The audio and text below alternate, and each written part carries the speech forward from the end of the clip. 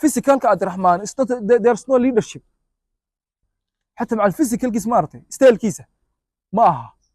warda madaxweyne ma aragsa carruurta shaarka lagu qabto lagu xidho dalada sida shaarka sidaati ilmaha ubadkan kooga shaarka loo sidaayay physically ma aha حتى مع المها body language kiisa ayaan bixinayn inuu leadership yahay hogaanka tibca waa loo kala dhashaa qaabka loo kala dhashaa Abdurrahman hal habeen malaha waxaan filaya malaa'igtuna may qorin ilaahayna ma qorin aadamahana ma qori karo nimankana hadda isku tagaa ma qori karaa waxa la tartamaya Abdurrahman baa la tartamaya oo sawirkiisa ka xishooday inaan soo qaado sababtan u diiday soo qaado waxa weeye ruush buu joogay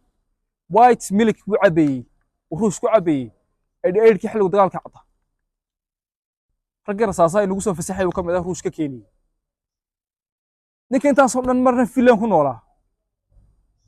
noolaa waxa weeyaan ruush ku noolaa inaga waxa weeyaan inaga shaqeynayay warde lama la iskarab dhigi karo cod lagu khaldi karo ma aha reer Somaliland warde marba xishoodku haybad yahay warde inaad xishootaan ba muhiim boqor kuma doonayaan la kaftamo waxaan oranayaa boqor buur madoobo boqor oo ku celinayaa horena waan u sheegay subar awal hawrwari maxamed kahina hawrwari no mar dhabti abtiyaashu ku fadhiyaa marna waa nin laan dheeraayo habar jeclo ahoo maxamed abukar labada jeer ba hawrwari marna muuse hawrwari no waa nin garxaajis abti u yahay garxaajis badan maanta ay garab taagan yihiin subar awalna ka dhashay taana ka warwari bismillaahir rahmaanir rahiim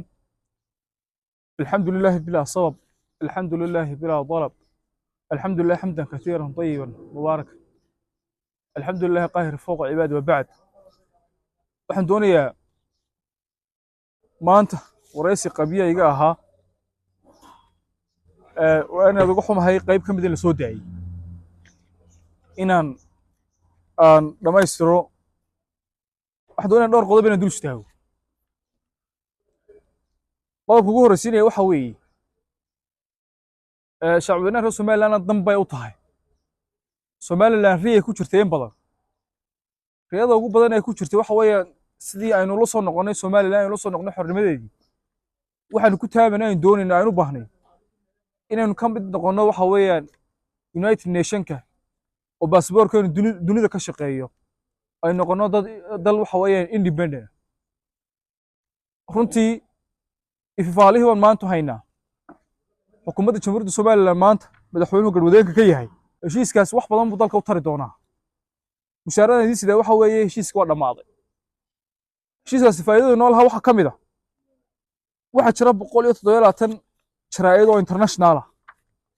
oo dunida waxa weeyaan lagu daabacay waxa jira dalal badan oo dunida kamid ah oo iyaguna waxa weeyaan article ka qoray ama rag badan article ka qoray heshiiska Ethiopia MOU-ga waxaan doonayaa inaan idhaahdo dunida dalal badan oo ay noqon xataa macal geeska Afrika dad badan oo kamid ah oo Masar ay kamid tahay oo aan aqoon badan noo lahayn ba maanta jaraa'idada dunida inaga falanqeynaya aad baan ugu faraxsanahay in heerka iyo amba stage-ka inta la Somaliland soo gaadho waxaan ugu mahad celinayaa madaxweynaha jamhuuriyadda Somaliland mushaaraadii sida waxa weeye reer Somaliland waxaad ka mid noqon doontaan African Union ka African waad ka mid noqon doontaan dalalka waxaad la challenge la gal doontaan dunida gudaheena murankeenu batay dibadda imka murankeenu badan doona idamka Ilaahay intaas way dib u shaareynayay ku tala gala codkana waa raacin doontaan marka farxadaan idinka farxsan oo dabaal degaya waxa idiga sugnaa ku xiga waxa weeye codka idiga sugnaa inta markan ka imaado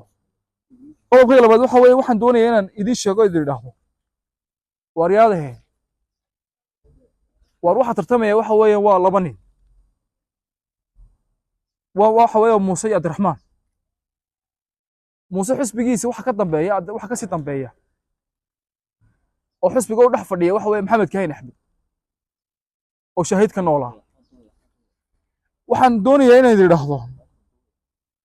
halkaas sawir baad ku arkaysaa waa Maxamed Kahin iyo waxa weeyaan iyo waxa weeyaan Muuse Bixi Cabdi halka waxaad arkaysaan in nimankaasi ay yihiin nimankaasi inay yihiin niman dhiiggoogu soo shubay diifa ka muuqata sawirkooga oo balanbal ba ka muuqda oo silic ba ka muuqda oo niman waxba cunay ba ka muuqda oo niman waxa weeyaan dhimasho ugu soo talagalaba ka muuqda iyaga iyo kuwii dhintay kuwii ku dhaawacmayba ajarkooga ilaahay ma bixin kara abaalkooga ma gudi karno nabiga calayhi salaatu wakiil lahaa hooyada 3 jeer waa ku celinayay maanta waxa uu dhigay Soomaaliland marka joogna halka hooyada ku jira haraaga SNM maanta ay sii jooga siino ay kamid yihiin Maxamed Kaahin Axmed iyo madaxweynuhu qadarin bay naga mudayn labaduba waxa la tartamaya Abdiraxmaan baa la tartamaya oo sawirkiisa ka xishooday inuu soo qaado sababtan uu diiday soo qaado waxa weeye ruush u joogay white milk buu cabeeyay ruush ku cabeeyay ay dheerkii xilliga dagaalka cad ragga rasaasay nagu soo fasaxay uu kamid ah ruush ka keeniyay 98 buu soo galay dalka soo galay Abdiraxmaan xilli dagaalkii soo kay dhamaaday dalka dhidibada loo taagay waxa weeyaan dalka dal laga dhigay ay soo galay Abdiraxmaan ninka intaas oo dhan marna filan ku noolaa marna ku noolaa waxa weeyaan ruus ku noolaa inaga waxa weeyaan inaga shaqeynayay warde laba la iskarab dhigi karo cod lagu khaldi karo ma aha reer Soomaaliland warde marba xusoodku haybad yahay warde inaad xusootaan ba muhiim war intay noo nool yihiin dadkaas ragga shaahidka nool ay noo nool yihiin ragga dhiiga noo soo subaynta nool yihiin war in yar u xusooda macal aqal aan ku darro intaas aan dileeyahay waxaan doonayaa in waliba idigu dhahdaan raaciyo labada nin la iskarab dhigi karaya maaha anu shacabka Soomaaliland farinta u diray waxa weeye haddaad ku cado haddaad qabyaalad iyo waxa horta halkeeda ay naga dhiga laakiin wax weyn haddaad ku codeynaysan oo codeyntiinu ay tahay in labada loo cadaalad simo حتى مع السكوسي في باك جراوند سي في ما حتى مع الستيج لما سوي استاجين كرو فيزيكال كعبد الرحمن there's no leadership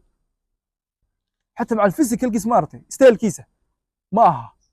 warda madaxweyne ma arag sida carruurta shaarka loogu qabto loogu xidho dalada siida shaarka siidaati ilmaha ubadkan kooga shaarka loo siidaayay physically maaha حتى مع المها body language kiisa ayaan bixinayn inuu leadership yahay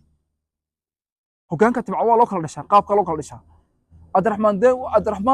Abdiraxmaan hal habeen malaha waxaan filaya malaa'igtuna may qorin ilaahayna ma qorin aadamahana ma qori karo nimankan hadda isku tagaa ma qori karaa waxaan doonayaa inaan idhaahdo codka waxaan weydiisanaynaa cid walba Soomaaliland maanta reer Soomaaliland reer ka Soomaaliland degan waan weydiisanaynaa waxaan ugu horeysiinayaa tolkay xabar magaalada ugu horeysiinaya garxajis ugu horeysiinayo waxaan leeyahay tolkay cod baan idiga doonaynaa garxajis baan marti u nahayo baanta waalid baraynayo cod baan idiga doonaynaa sababtan codka idiga doonaa waxa weeye ilma adeeraya xantadii 7 sano aanu hayno xantada nagu yar badiseen xantada darteed nagu celiya oo na garab gala oo dawlad daban nala dhisa oo na garab istaaga oo dawlad weyn nala dhisa oo Soomaaliland quwada nala dhisa codsigaas aniga u diraya waxaan u dirayaa tolkay habar jeclaan u diraya habar jeclo waxay noqotay oo haayay noqotay waxay noqotay meelaha lagu kala baxo codka ayay noqotay in badan baynu soo wada shaqeynay dad iska maarmo ma nihin dad meel kala tegay ma nihin siyaasad baynu isku walaaqanay dhaqaale isku walaaqanay deegaan baynu isku walaaqanay imika meel Allah meel aan ku kala baxano habar jeclaan ku kala tegayno iyo meel aan ku sii soconaa ma jirto boqorka waxa la dhaahdaa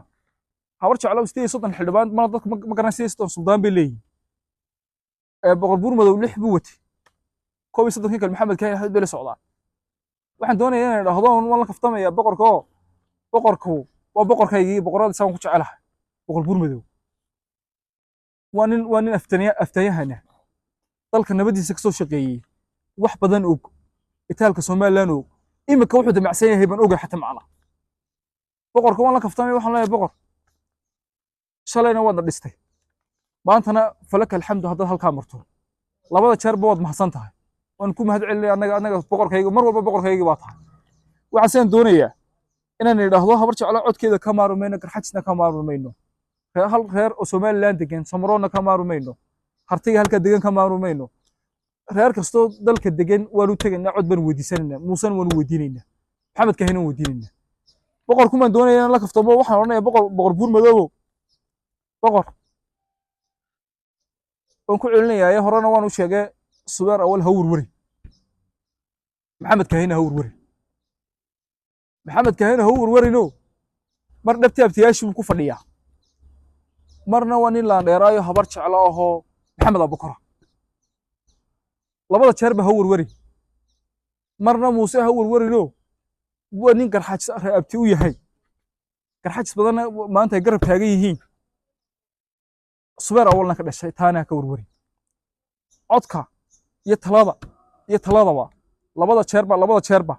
taladana in badan baanu ka soo qayb qaadanay tan iyo 60kii waana lagu aaminay 90kii baad nagu aaminteen haddana meel wanaagsan baan idin dhignaa nagu aamina labada mujaahidiinta nool yihiinna maxamed kahin axmed cid walba ka xaq badan baa ka dambayn doona niyadda ha gashadaan ragga dhididka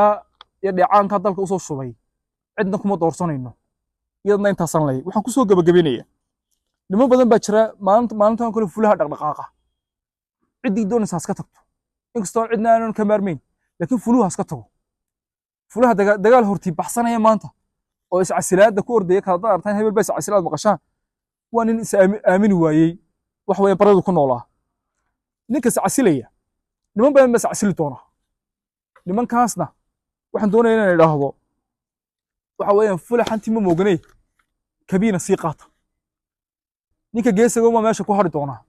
isagaa dhisi doona dowladda dambe madaxweynahana u garab taagnaan doona waxaan filayaa madaxweynaha jamhuuriyadda Soomaaliya shacabka Soomaaliya way u heelan yihiin meel kasta oo joogaan codka way la garab istaagi doonaan waxaan doonayaa inta inaan ku soo gabagabeeyo bilaa tawfiiq. Assalaamu calaykum warahmatullahi wabarakatuh.